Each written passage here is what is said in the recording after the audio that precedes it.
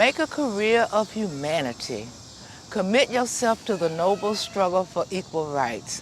You will make a greater person of yourself, a greater nation of your country, and a finer world to live in. Wow, very wonderful. What I love most about myself is the fact that even though I'm afraid most of the time, I do it anyway.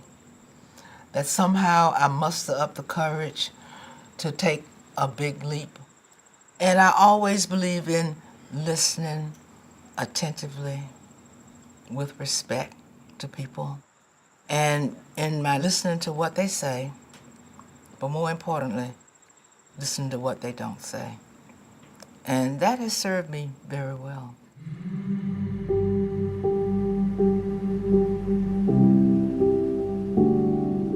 I grew up in Florida, in a little town called DeLand. I was the oldest of 3 children. My mom was my greatest inspiration, and she always pushed me to be the best that I could be, no matter what it was. She really taught me how to be a woman in a challenging world. As a Black woman, we didn't talk much about emotional issues. We didn't talk about much about our health at all. Like that was considered your business. A lot of us have had awful things happen to us. A lot of women are victims of sexual abuse, of domestic violence. And so to admit that these things were happening, you could easily be judged because of what happened to you that you had nothing to do with. It was a big conspiracy. And this was before Oprah was talking about any of this stuff in the afternoon.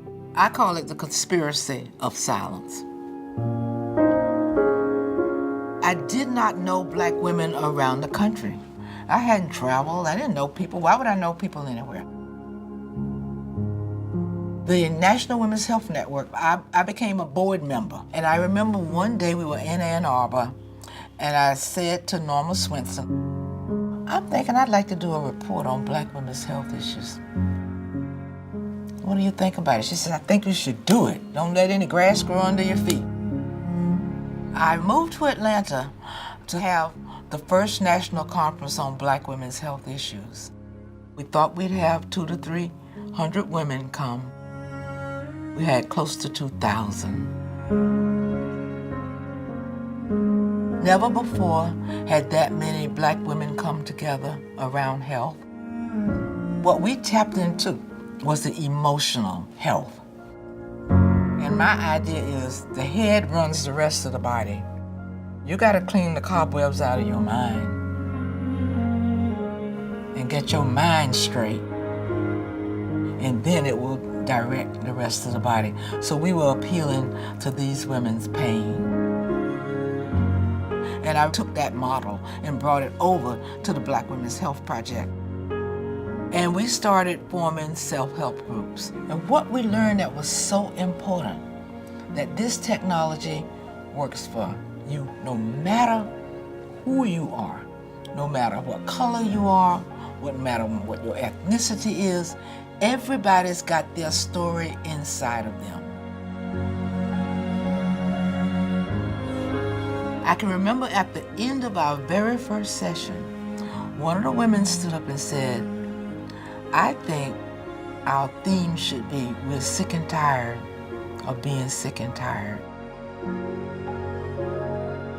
And those were the words of Fannie Lou Hamer. And that became our battle cry.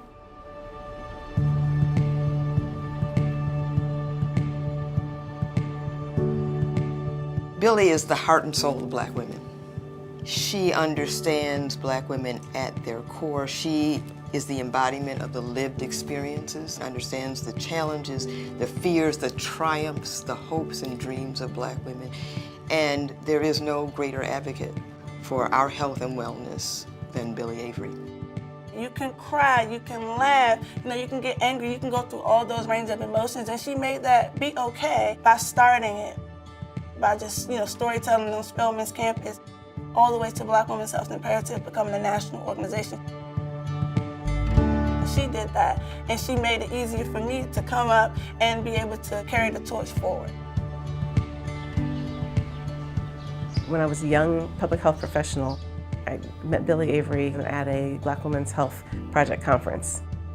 Personally, it was a moment where I realized that my voice really mattered, and it was a way for me to integrate me and my lived experience into the work that I was doing. We are thankful to you for raising your voice and for leading the way.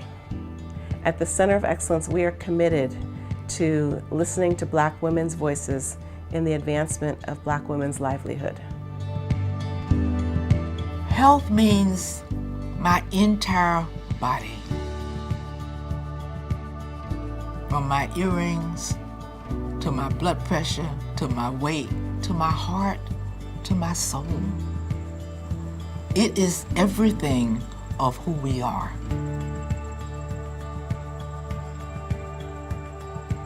Injustice anywhere is a threat to justice everywhere. We are caught in an inescapable network of mutuality, tied in a single garment of destiny. Whatever affects one directly affects all indirectly. Do y'all hear that, people? Do you hear it?